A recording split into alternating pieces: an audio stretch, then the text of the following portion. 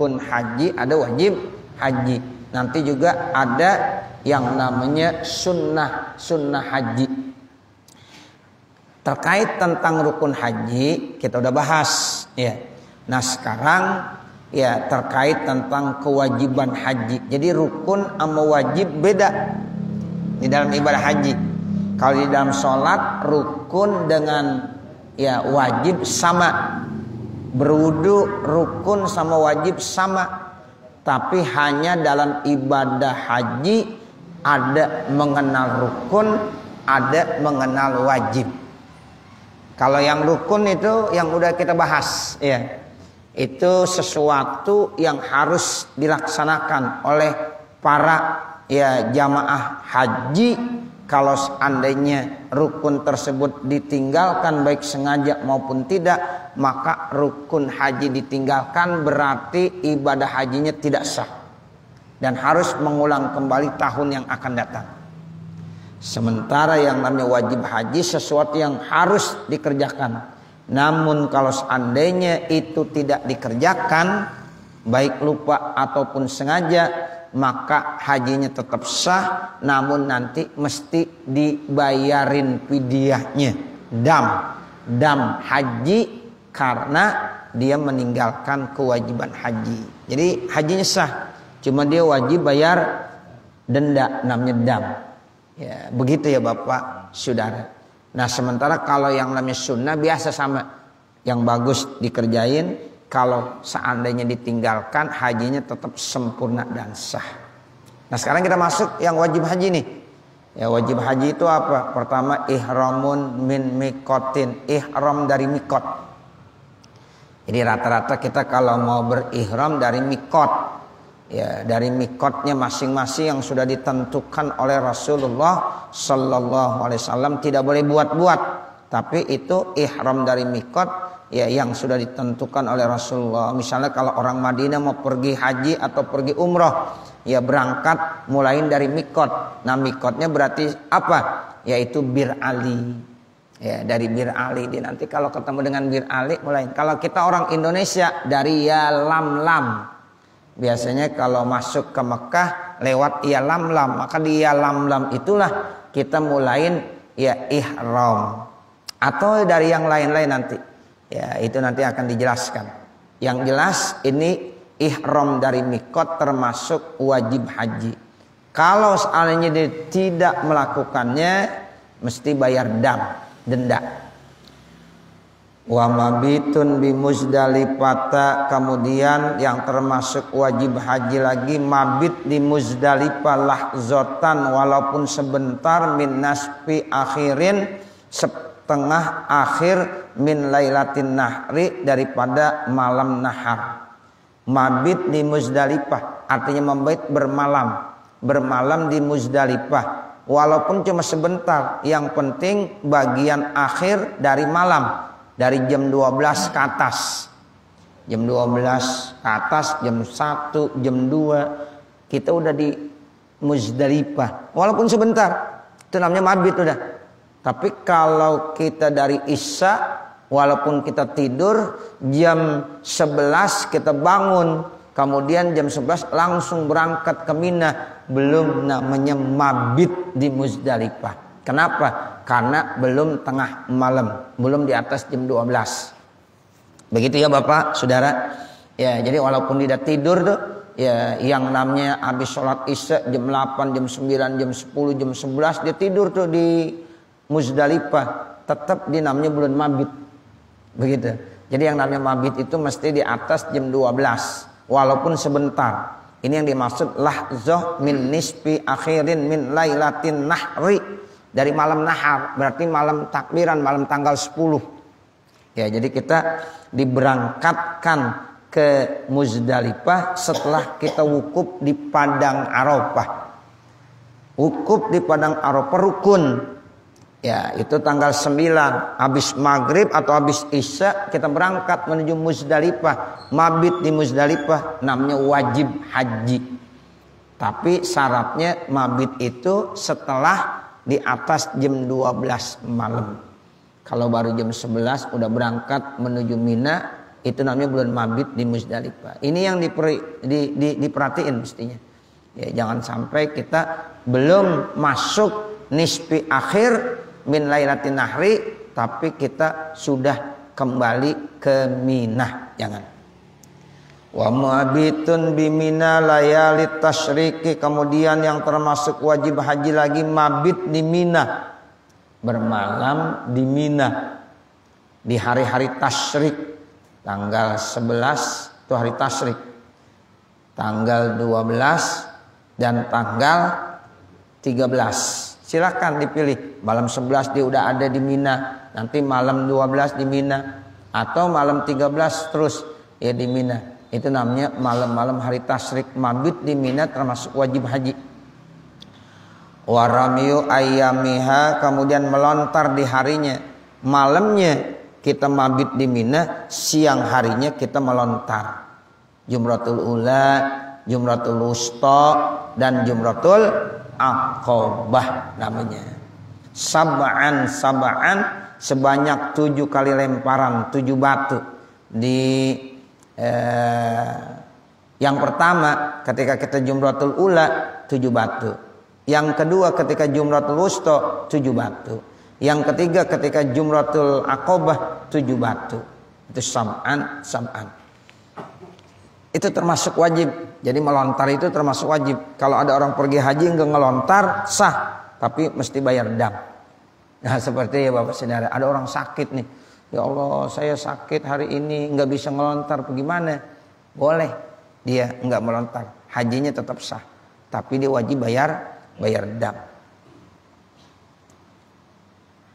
Wa tawafun wada'in, tawaf wada. Ada lagi tawaf wada. Tawaf wada itu termasuk hukumnya wajib bagi orang-orang yang mau meninggalkan kota Mekah, selesai haji mau pulang, atau selesai haji dia termasuk gelombang kedua sehingga dia belum ke Mekah, dia belum ke Madinah. Sekarang dia selesai haji, ya tinggalkan kota Mekah tapi belum mau pulang, tapi ke Madinah. Nah, itu tetap tawaf wada. Ya, pamitan namanya ya Bapak Saudara. Tawaf ya ketika kita meninggalkan kota Mekah, kita dianjurkan untuk pamitan. Nah, itu disebut dengan tawaf wada. Tawaf ya selamat tinggal. Ya, begitu. Ya, baik bagi yang gelombang pertama maupun gelombang kedua. Kalau gelombang pertama jamaah haji Indonesia itu kan berangkatnya ke Madinah terlebih dahulu, selesai Madinah 8 hari buat arba'in, kemudian dia lanjut ke Mekah. Selesai di Mekah udah nggak ada acara lagi, langsung pulang. Berarti dia tawaf wada, kemudian habis tawaf wada langsung berangkat menuju tanah airnya. Nah, kalau yang gelombang kedua bagaimana? Karena gelombang kedua berangkatnya langsung ke Mekah, berarti selesai haji, selesai hal-hal yang dilakukan di Mekah, berarti dia harus tinggalkan kota Mekah, tapi nggak langsung pulang, harus ke Madinah dulu. Karena dia belum ke Madinah, itu pun harus tawaf wada.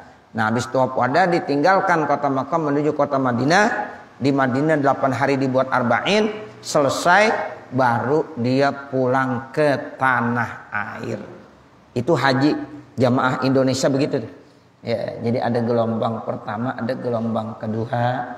Itu maksudnya apa? Kalau gelombang pertama langsung ke Madinah, baru ke Mekah. Kalau gelombang kedua ke Mekah, baru ke Madinah. Baik gelombang pertama maupun gelombang kedua, tetap saat mau meninggalkan kota Mekah diwajibkan tawaf wada.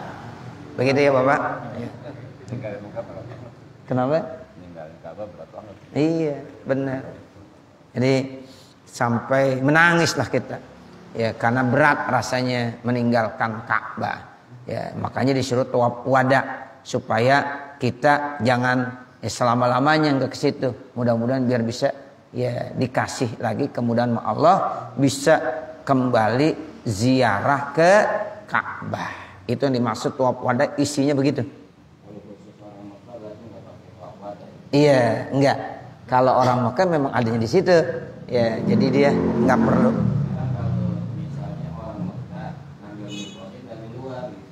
Iya. Kalau memang jarak udah terlalu jauh, dia harus.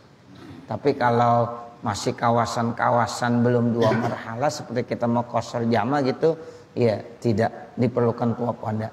Tapi kalau dia mau pergi dulu yang jauh, kan banyak tuh ngambil mikot, ada yang jarak dekat, ada yang jarak jauh. Nah kalau yang masih dekat-dekat, masih kawasan dia, nggak perlu tawaf wada. Tapi kalau dia mau berangkat yang jauh, ya itu perlu tawaf wada. Ya. Li ghairi makin, nah itu ada li ghairi makin, bagi selain orang Mekah. Kalau orang Mekah, orang yang menetap di kota Mekah, ya nggak ada tawaf wadanya, karena dia nggak akan meninggalkan Ka'bah, dia ada di situ terus. Nah makanya selain orang Mekah itu tidak ada tawaf wada. Selainnya ya silahkan ya tawaf wada. Kita orang Indonesia, orang Asia, orang Eropa, orang Amerika, orang Australia, nah silahkan meninggalkan kota Makkah tawaf wada. Tapi untuk penduduk Makkah tidak ada tawaf wada. Wa nahwi haidin, dan seumpama perempuan yang lagi haid. Kalau perempuan lagi haid bagaimana? Tidak perlu tawaf wada. Misalnya nih istri kita yang ikut berangkat haji, pada saat lagi mau meninggalkan kota Mekah ternyata istri kita haid. Nah bagaimana itu? Nggak usah risau dan bingung, karena tidak ada kewajiban bagi perempuan yang lagi haid ketika mau meninggalkan kota Mekah untuk tawaf wada. Jadi nggak usah tawaf wada. Enggak. Iya enggak. Nah, jadi ini istimewa buat orang perempuan, dispensasi. Tapi minimal ya dia pamitan dari luar aja dah. Ya di istilah aja dibaca-baca doa mau meninggalkan ya Mekah dari kejauhan. Sebab masuk Masjidil Haram nggak boleh. Ya kemudian tawaf nggak boleh. Bagi siapa? Bagi orang yang lagi haid. Jangan. Kalau orang lagi haid nggak boleh sholat, nggak boleh tawaf, haram hukumnya. Ya seperti itu. Sholat aja yang wajib hukumnya nggak boleh bagi perempuan. Ya udah, karena memang itu udah ya kodratnya orang perempuan, dikasih dispensasi. Ketika haid banyak kewajiban-kewajiban yang tidak dikenakan bagi orang perempuan. Tapi ada yang dikodok, ada yang tidak. Tinggal lihat ibadahnya.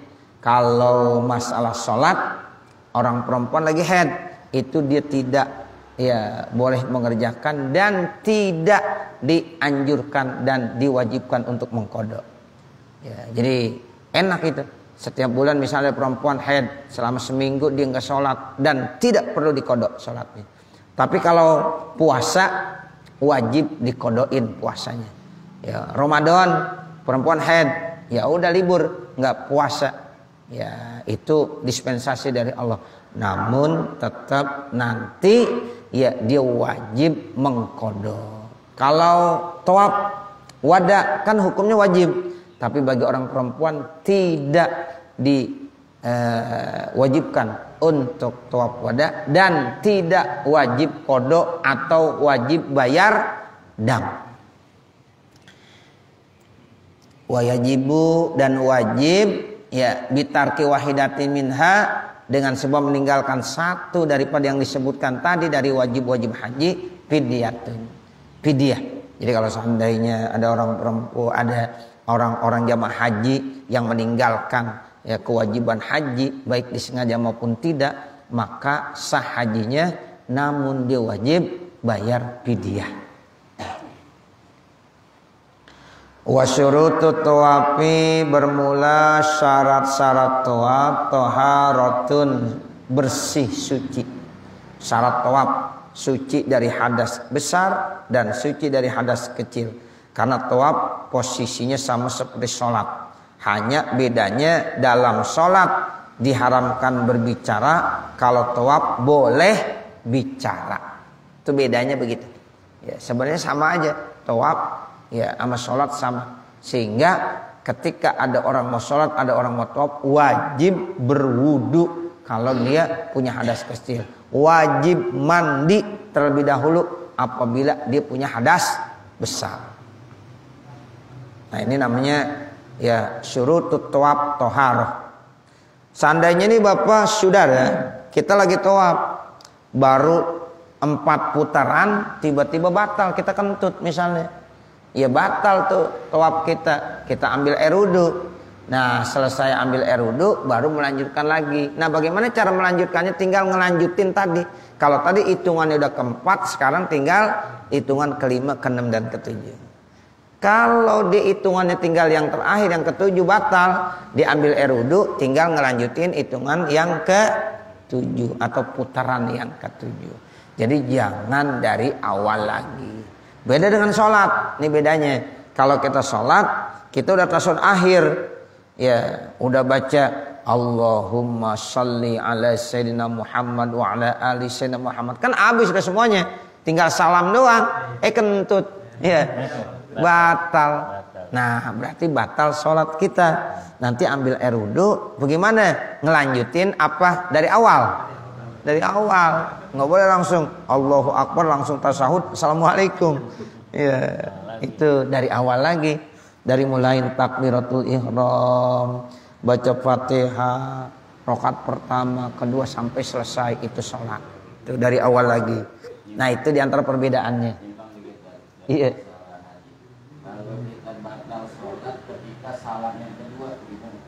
Kalau batal sholat ketika salam yang kedua, sah sholat kita tapi enggak boleh salam. Assalamualaikum warahmatullahi. Udah, kentut kita, jangan salam. Udah cukup. Nah begitu. Enggak batal ya sholatnya. Sholatnya udah sah, karena ya, salam yang pertama udah selesai. Assalamualaikum sampai kum ya. Ya, kalau baru assalamu kentut enggak sah sholatnya. Belum. Iya, belum kum. Kalau udah assalamualaikum warahmatullah belum, kentut. Udah jangan diterusin warahmatullah. Ya, karena kalau kita teruskan haram. Ya, begitu. Karena ditahu rahmatullah itu posisinya dalam sholat. Terus waalaikumsalam yang kedua, assalamualaikum warahmatullah juga diyakini itu posisi masih dalam sholat, dalam salam. Enggak boleh.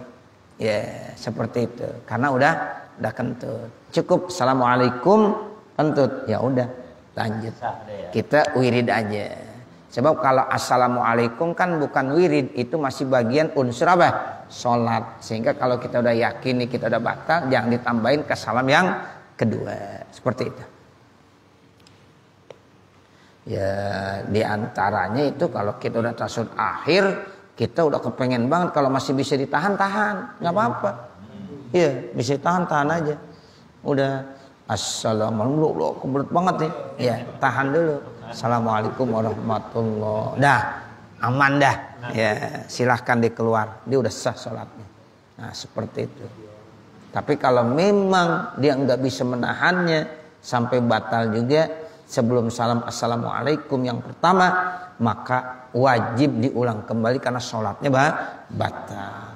Nah, berbeda dengan tawaf. Kalau tawaf tinggal melanjutkan, bukan mengulangi dari putaran yang pertama, tetapi dia melanjutkan sampai di putaran mana pada saat dibatal.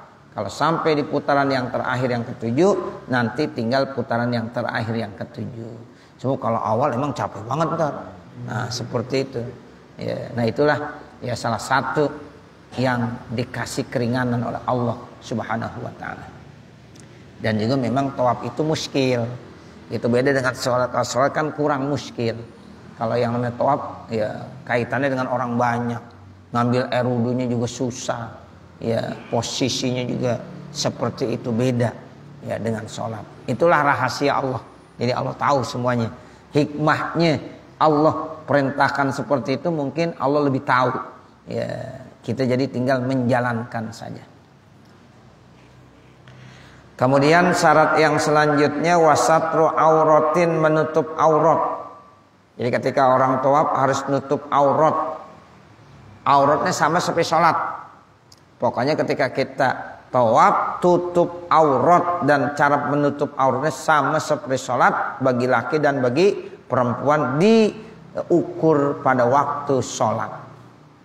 Makanya orang laki itu kalau pakai pakaian ihram waktu tawaf harus tutup auratnya, pusernya kelihatan. Ya, pakai kain ihram kan tuh, puser harus tertutup. Ya Allah, dan dikebawain puser kelihatan aja. Nah, nggak boleh, karena itu namanya terbuka auratnya. Ketika dia tawaf ya enggak sah tawafnya karena auratnya terbuka. Ya, jadi mesti tertutup auratnya.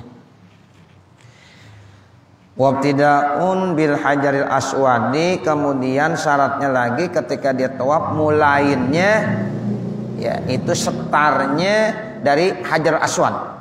Wa muhadzatuhu bikulli badani, dan dia harus mengepasinya dengan semua badannya. Jadi awal dari dia mau tawaf itu cari dulu hajar aswad. Hajar aswad itu dikasih kemudahan, yaitu ada lampu hijaunya di pojok Masjidil Haram. Nah itu, jadi kita harus mulai dari situ. Ya, mulai istilamnya dari situ tuh. Ya, jadi Hajar Aswad. Nanti putaran kedua dan kemudian Hajar Aswad lagi hitungannya. Putaran ketiga dari Hajar Aswad lagi. Nah itu syarat. Wa ja'lul baiti an yasari, kemudian syaratnya tawaf lagi jadikan Ka'bah itu ada di sebelah kirinya orang yang tawaf. Jadi jangan arahnya berbalik, Ka'bah di kanan, jangan. Ka'bah selalu ada di kiri. Ini Ka'bah nih Bapak Saudara. Ini kita di sini. Terus kita muter gitu. Jadi Ka'bah selalu ada di sebelah kiri kita. Jangan terbalik. Ya, bisa nabrak ntar sama yang lainnya. Seperti itu. Jadi Ka'bah ada di sebelah kiri kita. Wa muharramatul ihrami, dan hal-hal yang diharamkan dalam ihram apa? Ya, wat'un melakukan jima, wa qublatun mencium, wa mubasyaratun bisyahwatin dan berhubungan dengan syahwat, wastimnaun dan onani, ya mengeluarkan air sperma, wa nikahun nikah, wa tatayyubun kemudian berwangi-wangian, wa duhnu sya'rihi kemudian memakai minyak rambut, wa izalatuhu dan menghilangkan rambutnya apakah dengan mencabut, menggunting, ya, wa taqlimuz zufrin dan juga menggunting kuku, wastiyadin dan juga berburu, wa aklima suidalahu memakan barang buruannya, walub surajulin muhiton, terus orang laki-laki menggunakan pakaian yang berjahit, wasatur roksihi menutup kepalanya. Tuh, itu hal-hal yang tidak dibolehkan. Jadi pada saat kita lagi ihram, baik ihram haji maupun ihram umroh, banyak larangannya tuh. Misalnya kalau ada seorang suami istri melakukan ibadah haji, jangan melakukan hubungan, ya, melakukan jima, bahkan mencium yang penuh syahwat nggak boleh juga. Mencium dengan syahwat nggak boleh. Ya, nikah nggak boleh. Pakai wangi-wangian tuh selama lagi ihram nggak boleh pakai wangi-wangian. Ya, makanya atau yang wangi-wangi, sabun mandi yang wangi, sampo yang wangi nggak boleh selama lagi dalam keadaan ihram. Atau minyak rambut nggak boleh. Atau menggunting rambutnya, menghilangkan rambutnya, gunting kuku, itu selama lagi ihram tidak dibolehkan, hukumnya haram. Atau berburu atau memakan binatang-binatang hasil buruan. Atau bagi orang laki-laki tidak dibolehkan juga memakai pakaian yang berjahit. Makanya orang laki ketika lagi ihram, ya itu pakaiannya hanya 2 helai kain putih atau disebut kain ihram. Tidak boleh berjahit seperti celana dalam, kan itu berjahit, nggak boleh. Ya. Atau pakai celana panjang atau kaos, nggak boleh. Selama dalam keadaan ihram, ya orang laki tidak dibolehkan menggunakan pakaian yang berjahit atau ditutup kepalanya. Makanya orang kalau lagi ihram gundul tuh, nggak ada yang pakai tutup kepala, peci nggak boleh, ya. Atau apa aja, ya tidak boleh digunakan saat dia lagi ihram. Nah kalau yang perempuan apa? Wasat rumraatin syai'an min wajhi. Kalau orang perempuan tidak boleh ya menutup mukanya dengan sesuatu. Pakai cadar, orang perempuan lagi ihram nggak boleh tuh Bapak Saudara ya. Ya, jadi orang perempuan ketika lagi ihram cadarnya harus dibuka. Kalau pakai cadar itu nutup. Pakai masker juga nggak boleh. Kelihatan mukanya ya. Iya. Misalnya orang perempuan lagi ihram, ya pakai masker, ketutup nggak boleh, harus dibuka. Nah seperti itu. Enggak. karena itu nanti kenendang. Ya, kenendang. Nah, kalau orang laki mau pakai masker boleh. Kalau orang laki, kita nih misalnya nih orang laki pakai masker karena ngebul misalnya takut, ya itu boleh, apa-apa. Tapi ketika orang perempuan nggak boleh. Ya, itu tidak dibolehkan menutup ya mukanya. Tapi kalau orang laki yang kagak boleh pakai peci, lagi ihram pakai peci nggak boleh. Kenendam tuh, ya kenendam. Ya, jadi hal-hal yang seperti ini udah diatur oleh Allah dan oleh Rasulullah Sallallahu Alaihi Wasallam. Nggak boleh juga. Kadang-kadang lagi spontanitas gitu kan, ya karena panas atau apa, dia pakai pakaian ihramnya ditutupin kepalanya seperti sorban gitu, nggak boleh, kena dam. Kena denda ente. Nah, seperti itu. Makanya harus benar-benar saling mengingatkan satu dengan yang lain. Payung boleh. Iya. Orang yang lagi wukuf di padang Arafah kan banyak yang pada pakai payung tuh ya, kepanasan, boleh. Tapi kalau pakaian ihramnya ditutupin kepalanya tidak boleh. Begitu.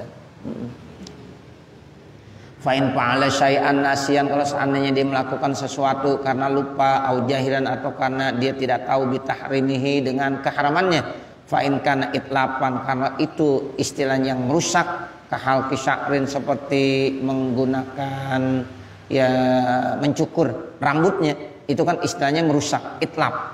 Ya, menggunting rambut, waqal lisaidin, membunuh binatang buruan, itu namanya merusak.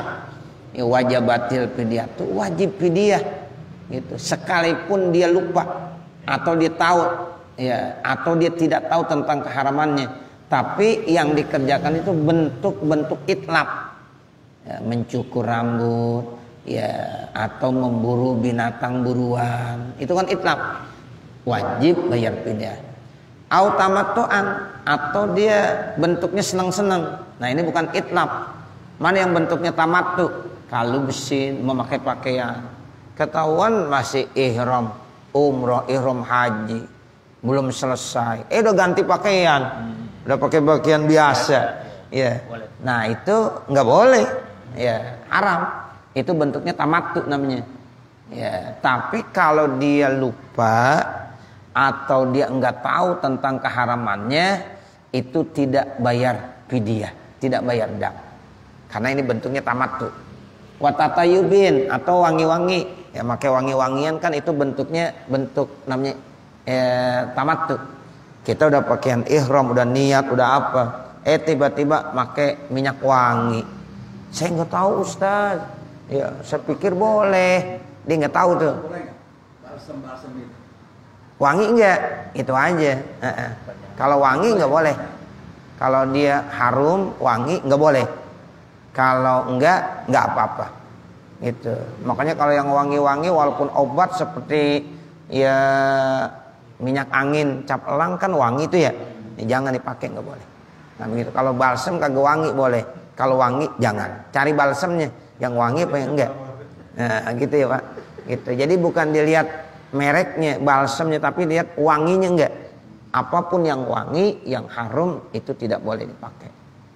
Tapi kalau dia makainya wangi-wangian itu karena enggak tahu atau karena dilupa, itu pala tidak kena bayar fidyah. Tapi jangan diulang lagi. Saat itu ya udah karena ente enggak tahu. Ntar dia pakai lagi, ya saya kagak tahu lah, kemana kagak tahu, sekarang kagak tahu lagi. Nah, itu enggak ada alasan. Nah, seperti itu. Jadi kalau bentuk tamattu tidak wajib bayar fidyah. Wa naqala Nawawi, dan menukil Imam Nawawi fil Majmu' dalam kitab Majmu' qaula ba'dihim, sebagian daripada perkataan ulama, yundabu ayatasabbaha, disunahkan menyerupakan kullu ahadin bil muhrimi, setiap orang dengan orang yang lagi ihram, fi asri Zulhijjah, pada 10 Zulhijjah, bi adami izalati sya'rin, yaitu tidak boleh menghilangkan rambut, wazubrin, dan gunting kuku. Ya, ada sebagian ulama yang menyatakan kita tuh kalau udah tanggal 1 sampai tanggal 10, kalau bisa menyerupakan mereka yang sedang melaksanakan ihram haji, jangan menggunting bagian-bagian tubuh kita, rambut atau kuku. Nah, begitu. Apalagi dia mau korban. Kalau mau korban itu kan sunnahnya begitu. Gunting kuku jangan, gunting rambut jangan, ya, biarkan saja. Wa qaulu akharina, dan perkataan ulama yang lainnya, yundabut ta'rifu fi yaumi arafah bil ijtima, disunnahkan yaitu ta'rif. Ya, artinya dia silakan memperkenalkan di hari Arafah untuk ijtima, kumpul ba'da zuhri, setelah zuhur. Jadi setelah zuhur diumumin. Ya walaupun dia bukan orang pergi haji, pada hari Arafah kumpul habis zuhur. Ya, fi baladin kana, di kampung mana aja. Ya, jadi kita menyerupakan supaya orang yang lagi wukuf di padang Arafah, karena itu hari-hari yang mulia, sehingga kita disuruh juga melakukan amalan-amalan seperti yang mereka lakukan orang-orang yang haji. Ngapain? Ya, misalnya lizikri, untuk zikir, wadu'ai, dan berdoa. Banyakin zikir Bapak, Saudara, banyakin kita baca doa, karena tanggal 9 itu adalah tanggal yang istimewa mulia.